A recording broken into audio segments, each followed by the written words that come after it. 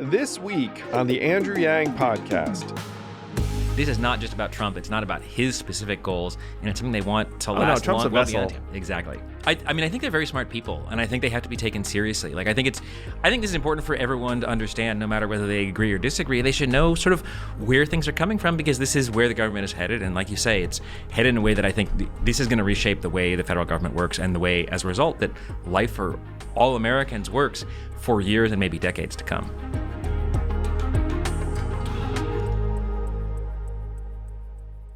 It is my pleasure to welcome to the podcast writer for The Atlantic and author of the brand new book, The Project, How Project 2025 is Reshaping America, David A. Graham. Welcome, David. Thanks for having me. Thank you. So we were joking before the camera started rolling. I was like, enjoyed reading your book. And then you said, hope not. And then it was like, oh, yeah, I really didn't enjoy it in the sense that it was very sobering, but enlightening and informative. So the book, The Project, is obviously about Project 2025. And I have to say, now reading it, it's like, oh, this is exactly what they're doing. This is exactly what is happening. Yeah, I sat down after the election, and I hadn't read the whole thing. I'd sort of done bits and pieces when I was covering it. Yeah, who has read it? Well, exactly. And I mean, thought it's a tough document. It's 900 some pages. It's full of a lot of legalese. Some of the writers are better than others.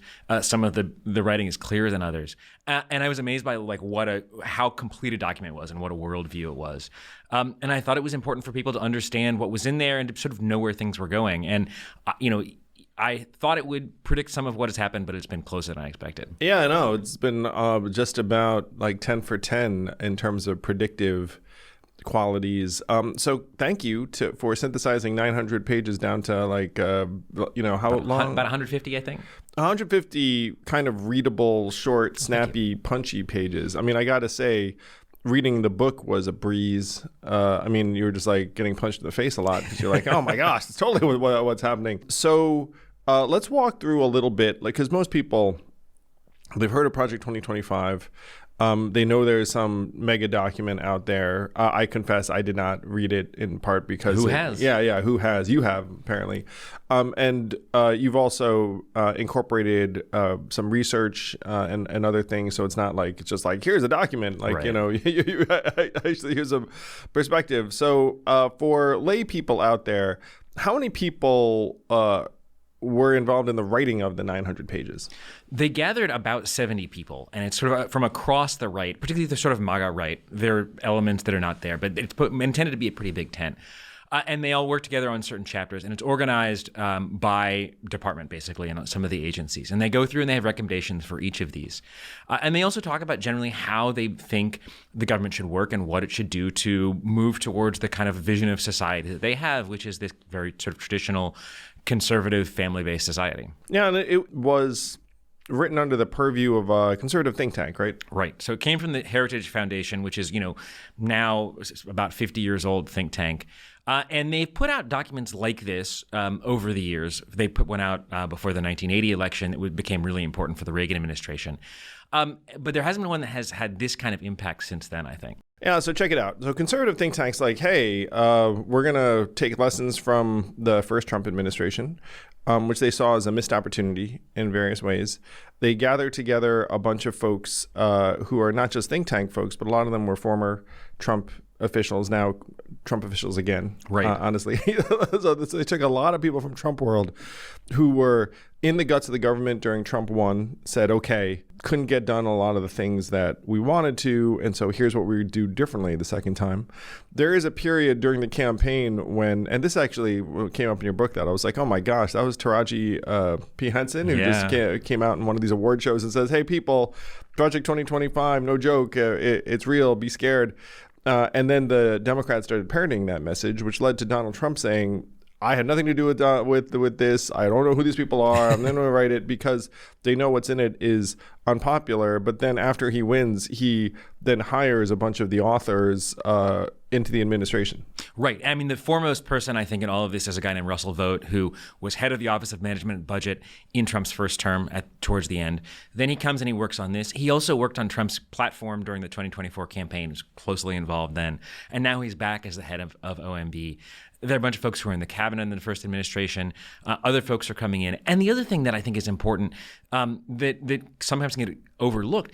They were concerned from their first experience in the Trump administration that the staffing was just not good. They saw an administration that came in, they didn't have a good plan for what to do at the very beginning. They didn't think they were going to win. They didn't, exactly. They weren't prepared at all. So the people who they hired were like people who'd been in the Bush administration or people who were out for whatever reason. I thought these people aren't loyal. They're not bought into the program. We need to get a better level of staffer. And so they identified and trained and vetted people. And those folks are moving into positions in the administration too, not in the ones we would talk about or hear about, but these fairly important political appointments.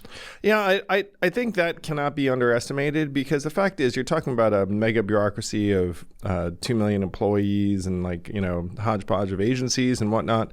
And so every day people are doing things. And so if you have hundreds of true believers or officials that have an agenda, it's not all going to be emanating from Trump. It's just that, if you populate the agencies with these folks, in a way, it's very smart because they identified all these hires ahead of time and then were able to plug them in after Trump took power.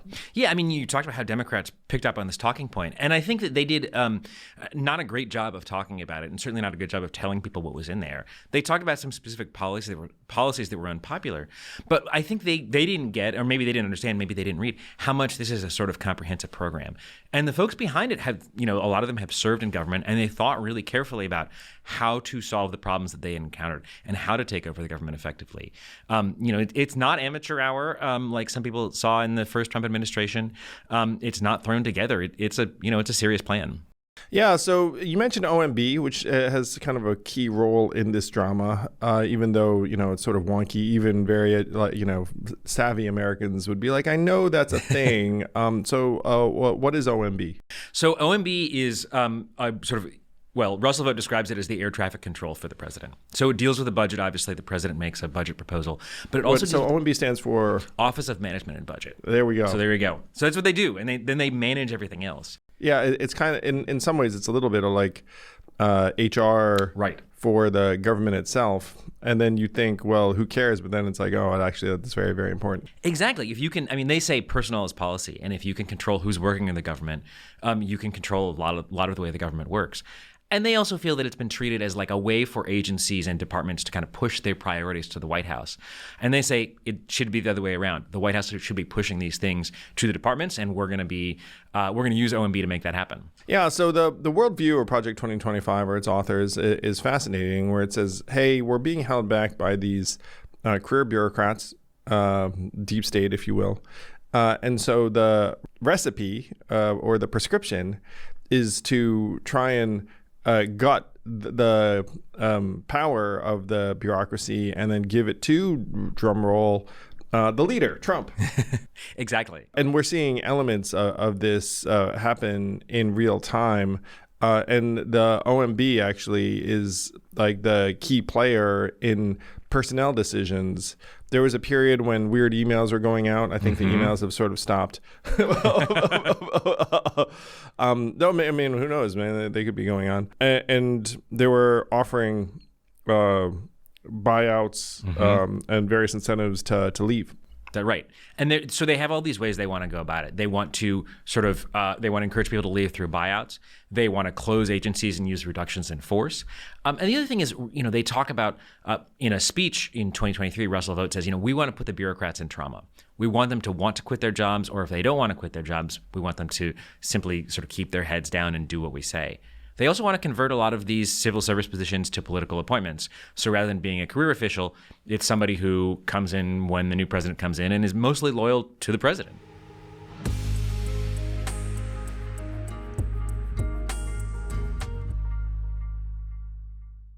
Thank you, listeners. Please make sure to like and subscribe. And if you have any questions, send them to mailbag@andrewyang.com, and we'll do our best to answer them. Thank you.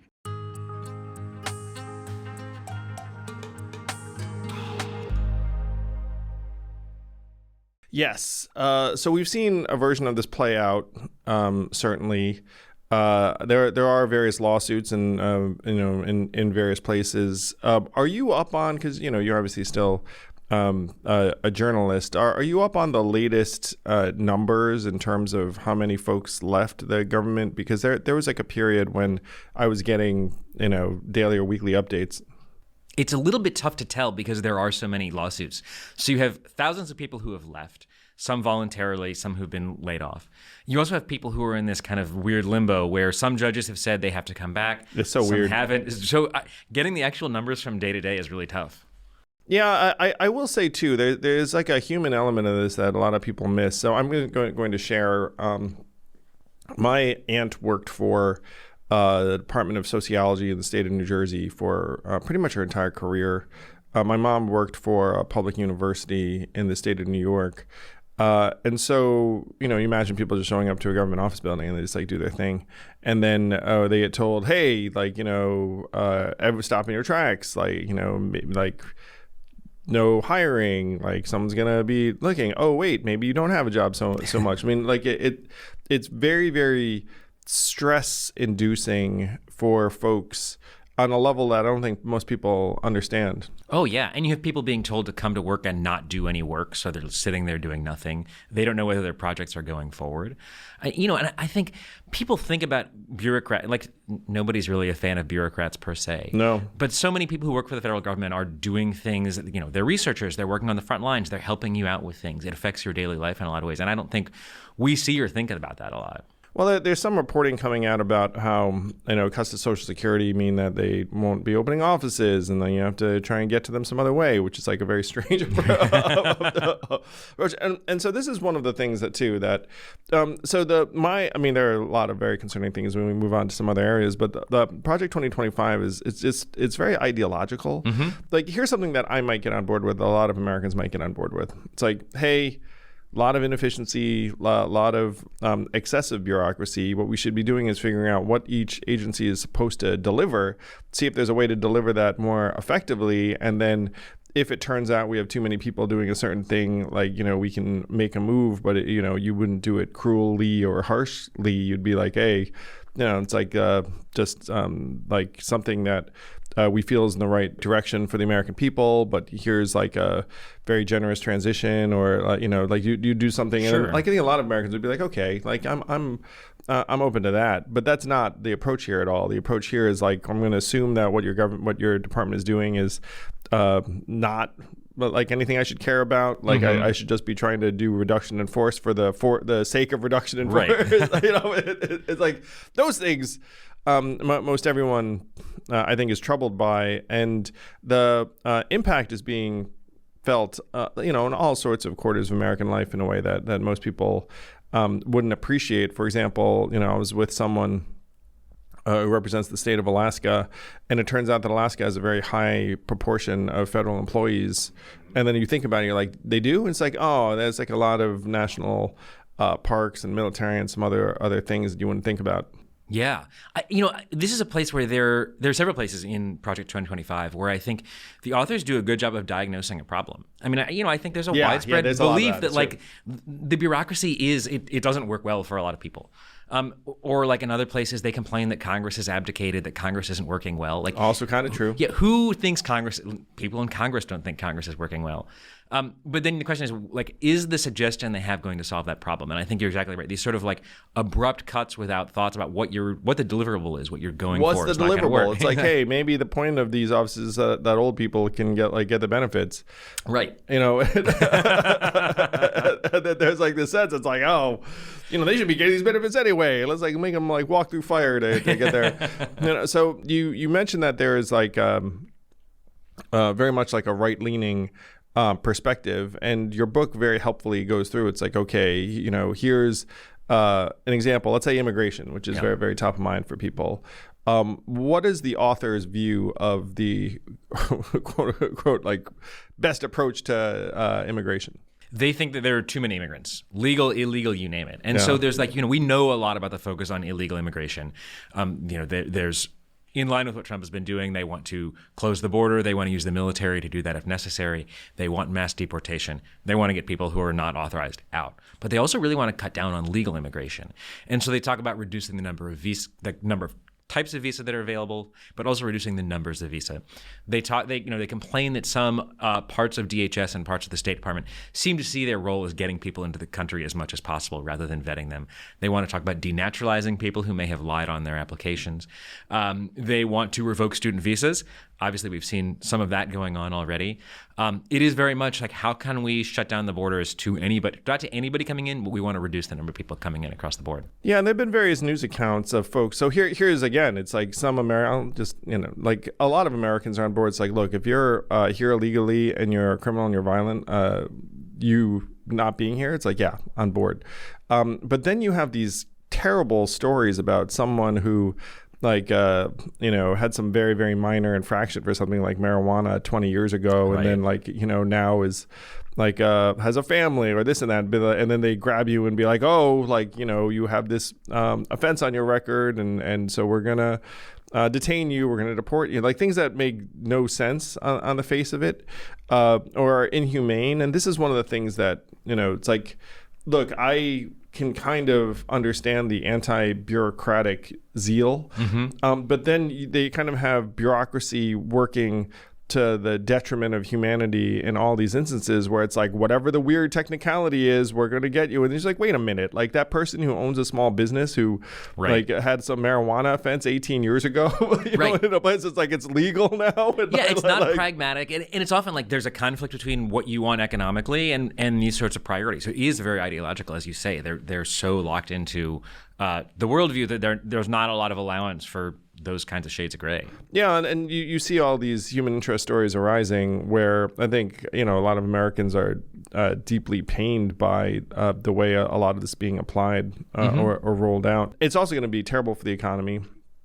You have a drop in tourism already because people are concerned about, what are they concerned about? They're concerned. I talked to someone from Canada who said that they were concerned that their phone was going to get seized or all their messages were going to get looked at. And it's like, well, that doesn't make sense. But it's like, people will be concerned. And some of the things that are actually happening don't make sense. So I'm not. It only takes a few horror stories for a lot of people to start backing off.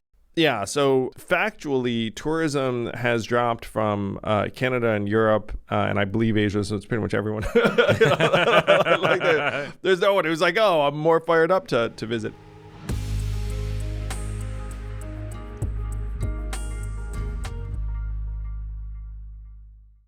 This podcast is sponsored by Factor. We all want to eat healthier, save time, and save money, and you're not going to believe it, but Factor can help you do all three.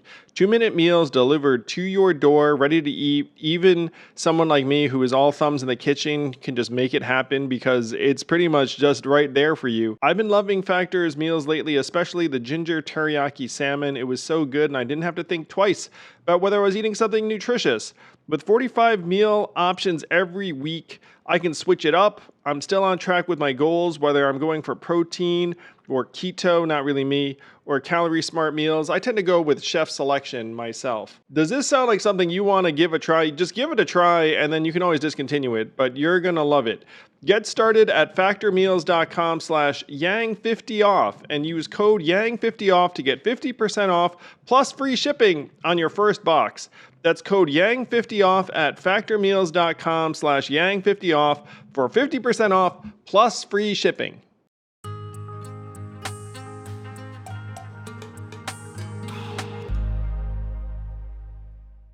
One thing I enjoyed, I was like, oh my gosh, like David's talking about tariffs in the project because Tariffs and Trade comes up. I'm on the record as thinking these tariffs are incredibly stupid and destructive. I think they're going to be a massive anchor for the economy. And I wrote recently that what's happening is we dragged forward a lot of economic activity because a lot of companies put in a bunch of orders being like, I don't know what's going on with the tariffs, but I'm just going to stock up for the whole year.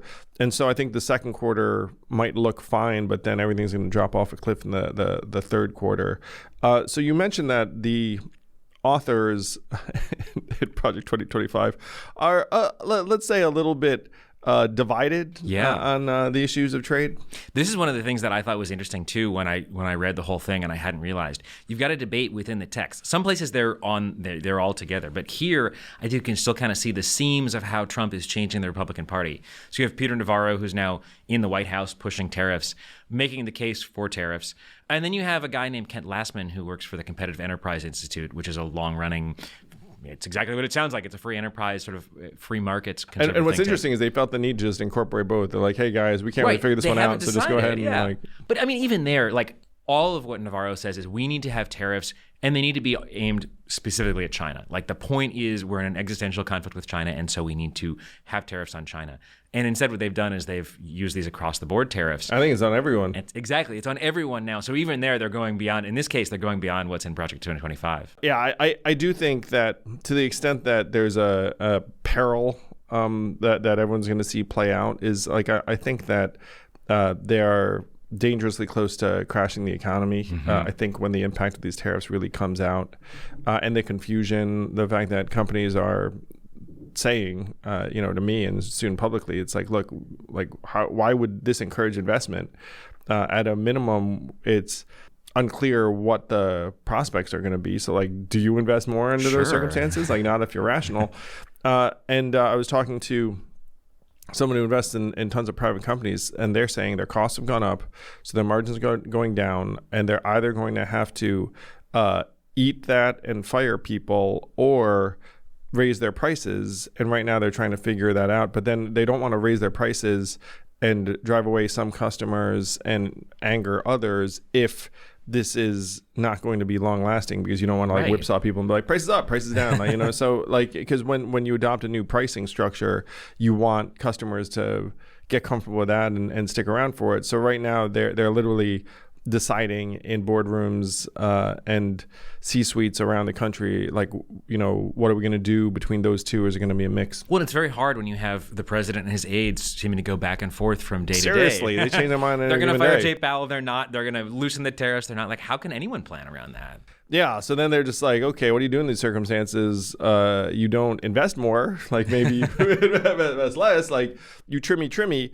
And so you are seeing reports of hundreds of manufacturing workers being laid off. And I think those are the ones that would actually make a headline. Mm-hmm. But if you're like random dairy farm X or like small business Y, like no one's going to come, Right, exactly. And it's going to be slow. It's going to, by the time people realize it, it will have there's going to be a lag. There's going to be a lag. So, and I think that's going to be like a near-term problem for this crew, because a lot of people in the Trump admin, and certainly a gajillion of his voters, voted based on the fact that they thought their wallets would get fatter under Trump, that he'd address inflation. I mean, the whole, that's such a fiasco. It's infuriating. Also fairly prominent in the headlines right now is Project 2025 has a perspective on education and the Department of Education.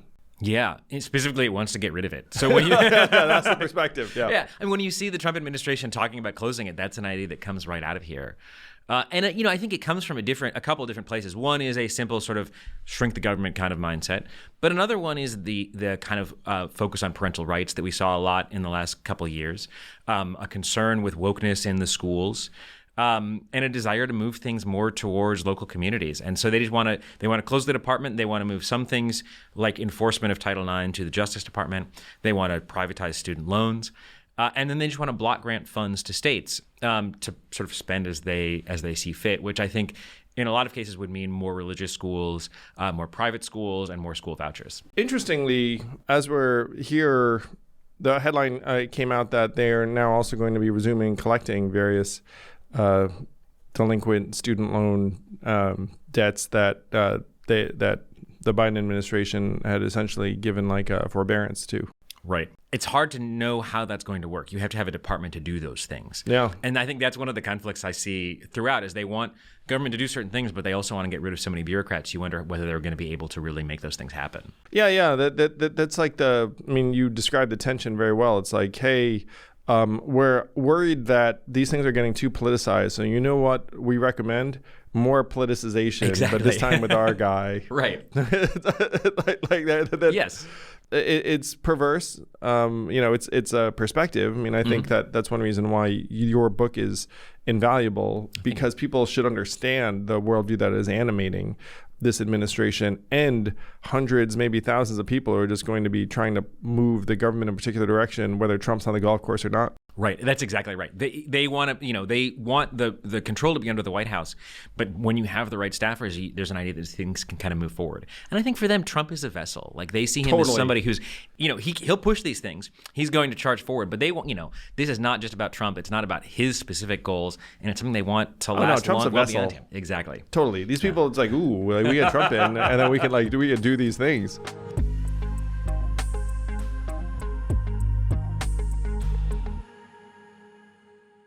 This podcast is sponsored by ExpressVPN. How did you choose which internet service provider to use? The sad thing is, most of us didn't have much of a choice because ISPs operate a lot like monopolies in the regions that they serve. They then use this monopoly position to take advantage of customers, and yes, they even sell your data, your activities to advertisers and big tech companies, and you don't see a dime. That's why I protect my internet surfing and devices with ExpressVPN. When you use ExpressVPN, it's like a magic portal to a perfectly safe and anonymous internet. And don't take my word for it. This is the #1 VPN service according to CNET. It's used by major companies all over the world. So stop handing over your personal data to ISPs and other tech companies who then mine your activity and sell off your information. Protect yourself with a VPN I trust to keep my privacy online. Visit expressvpn.com/yang. That's expressvpn.com/yang to get 3 extra months free. Go to expressvpn.com/yang right now to learn more.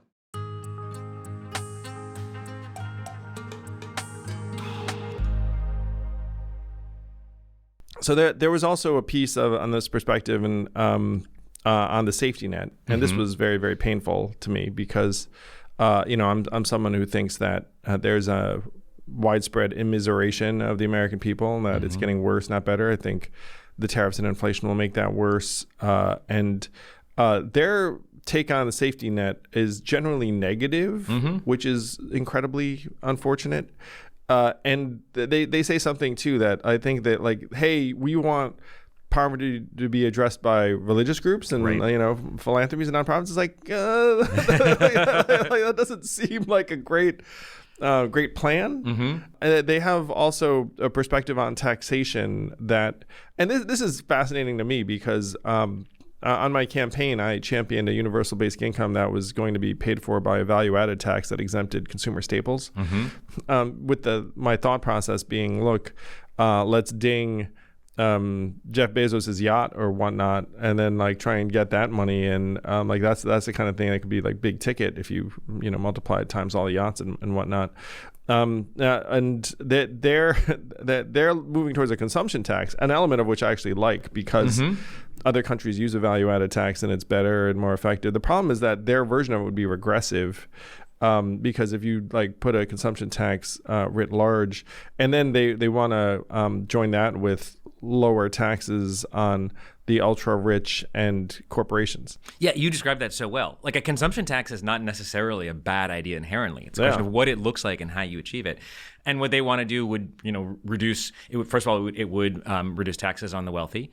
And it would also reduce the federal revenue, which would then help them to make these big cuts to things like Medicaid, to things like Head Start, to housing assistance, a whole range of those assistance programs. Yeah, it's really incoherent and troubling. I was talking to an economics blogger, Noah Smith, about this. And so you think, okay, let's say, by the way, I mean, one of the reasons why this stuff is working is that occasionally they will diagnose a problem correctly. It's like, hey, let's say I agree that federal indebtedness and overspending is a problem, which, I do.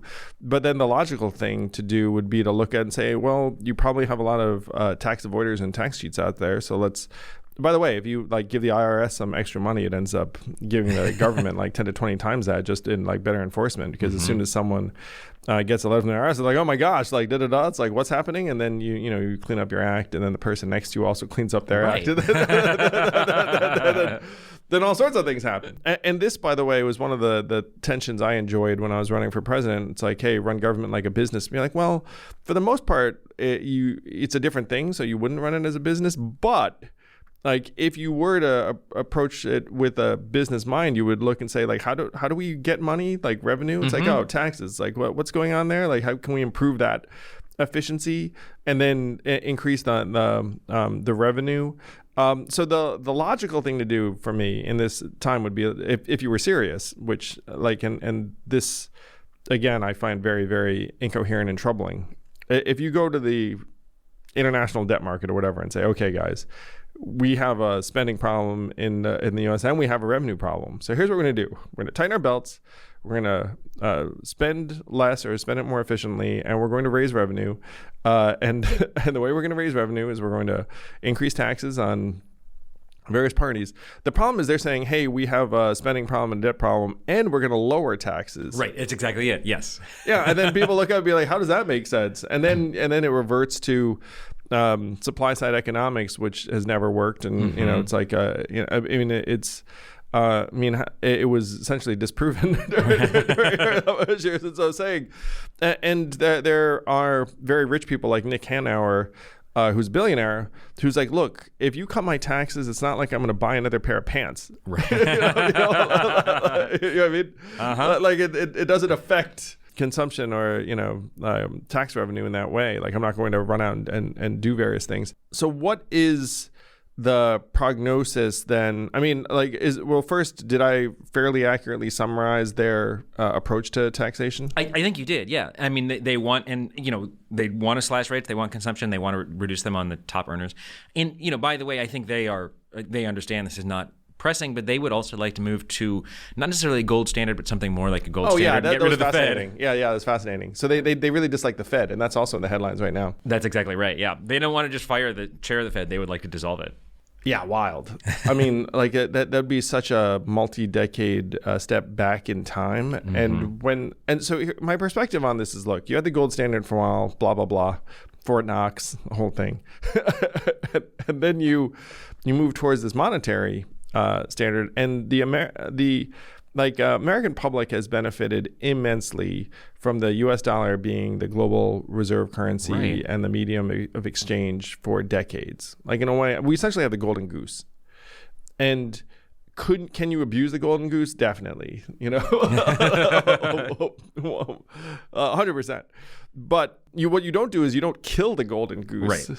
You don't be like, hey, let's go back to whatever we were doing, like pre-Golden Goose. Right.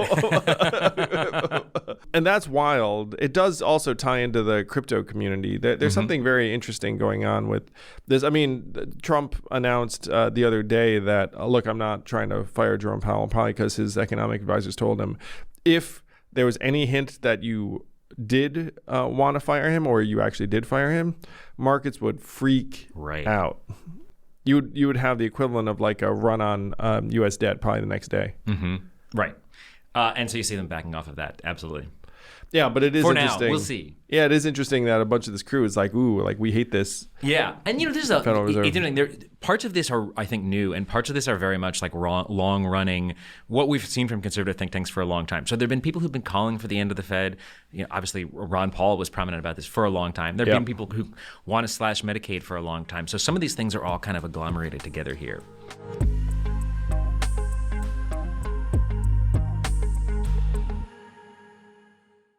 This podcast is sponsored by Helix Sleep. I have been a mattress guy ever since I could barely afford an above average mattress, because I thought, if you're going to invest in anything, you should invest in the thing that you spend a third of your life on. With Helix Sleep, I took a personalized sleep quiz, found I needed a Dawn firm mattress, and it has been a game changer, not just for me, but for the entire family, which is weird because my kids didn't take the quiz, they don't like tests, and yet they seek out our Helix Sleep mattress more than anything else in the house. Don't take my word for it. GQ, Wired. Can you imagine being someone who actually tests mattresses? What a job. Go to helixsleep.com/yang for the spring savings event. Go to helixsleep.com/yang for 20% off site-wide. That's helixsleep.com/yang for 20% off site-wide. helixsleep.com/yang. With Helix, better sleep starts now.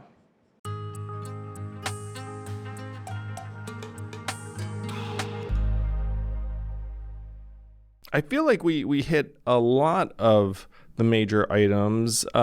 There was a perspective on healthcare too. Also, it's incredible how current so much of your book is, because I we were was seeing worried playing it out would in our not be life. by the time it came out, but they have cooperated with my book rollout very, very helpfully. Yeah. They had your book in mind. So, what is their approach to healthcare? They want to sort of tinker around the edges. They don't want to repeal the Affordable Care Act, which is an interesting shift for the right. And this is another place where there's a diagnosis. They say, the current employer-based system of insurance is, it's kludgy. It's very hard for people to navigate. There are real flaws in it. Also, we think it should be available to all people. And I'm not sure how that makes a lot of sense. They want to cut back on Medicaid, but they want to, these innovations they want to try out, like subscription-based healthcare. They want to move more people who are in Medicare towards Medicare Advantage, which is a sort of semi-private system. Which again sounds like it makes a lot of sense, but in fact, the federal watchdogs who track this have found that Medicare Advantage does not give you better outcomes. It's not clear that there's better health outcomes, and it costs taxpayers more. So there's not really much of an efficiency payoff there. Yeah, one of the things that was very, very troubling is that they're anti-women's access to reproductive products. Where I was like, what? Right. Oh, I mean, across the board, I think so much of this isn't about gender. I mean, they want a traditional family. They want men who are bread earners, ideally who can work a single job that supports a family. They want women raising children and having lots of children, and they want people to conform to sort of traditional boy-girl things. They also want to ban abortion at a nationwide level, and they want to reduce all kinds of reproductive health access. Yeah, so that was super depressing. Their hand waving is towards like, hey, rural healthcare. You know what's going to unlock that? Like innovation, and you're like, wait, what? Then I mean that is to me an area where the market's not going to help you at all. Mm-hmm. I mean, like you're seeing disinvestment and more healthcare deserts in these various areas. I mean, I spent a fair amount of time in rural areas over this last number of years, and it was a real problem. Mm-hmm. Like a farmer in Iowa told me about how what happens to their people is that someone gets sick or injured, and because they're sick or injured, they can't work, so then they lose their job. And then they go and be like, okay, let me try and get this treated, but they no longer have health insurance because they lost their job. And then I think it was a medical doctor who told me this actually in Iowa, and said, so then the next step is generally that they can't work anymore, and then their health spirals, and then they die. Right. Or they end up on disability, which is a drain on the federal economy because people are being supported by the government. Yeah, and disability, I wrote about this in The War on Normal People, that it's in many ways the worst of all worlds, because you're like, no one ever gets off of disability, so that's not great. And then your incentives to get out there and work again are incredibly negative. Mm-hmm. I mean, I talked to voters who said, I want to volunteer at my local church, but I'm afraid to because I'm afraid they might take my disability away. And you're like, well, shoot, I think we can all agree that it'd be better if you went to that, bake sale, right? Like work the table. They're making a rational economic choice, and that's really that is the choice is really troubling. And so, the approach to that would require, in my mind, some like real thought and investment. And that is, I think the major theme is that some of the problems they're pointing out, it's like, okay, yeah, I agree with that problem. Mm-hmm. And then their diagnosis tends to just be like, in my mind, like way off to like in this really destructive direction most of the time. I will say the things I would enjoy about it is that they have like a worldview. They have they have in some ways a deep sense of how government works. Very much so, yeah. there are elements of it that are quite intelligent. Yeah, I mean, I think they're very smart people, and I think they have to be taken seriously. Like, I think this is important for everyone to understand, no matter whether they agree or disagree. They should know sort of where things are coming from, because this is where the government is headed, and like you say, it's headed in a way that I think this is going to reshape the way the federal government works, and the way, as a result, that life for all Americans works for years and maybe decades to come. Yeah, it was an important read, and it was a very quick read. It was a punchy read. Congratulations on the reporting and on taking on this mission, which when you got this mission X months ago, you must have been like, is this just going to pan out? How are people going to feel about the project? How Project 2025 is reshaping America. It's an important read. It's an important piece of work. It's very well done. It's very readable. I learned a lot. I consider myself pretty in the know, and I was like, oh man, like I like that. That's one great. That's what I want to hear. Thank you. That one was new, and like guys, you might think like, oh, this sounds like a painful read. It's not. Like, I mean, it's painful again in the sense that like the substance of it sometimes is painful, but the readability is high. Your sense of understanding what is happening right now just gets elevated. Really, congratulations, David.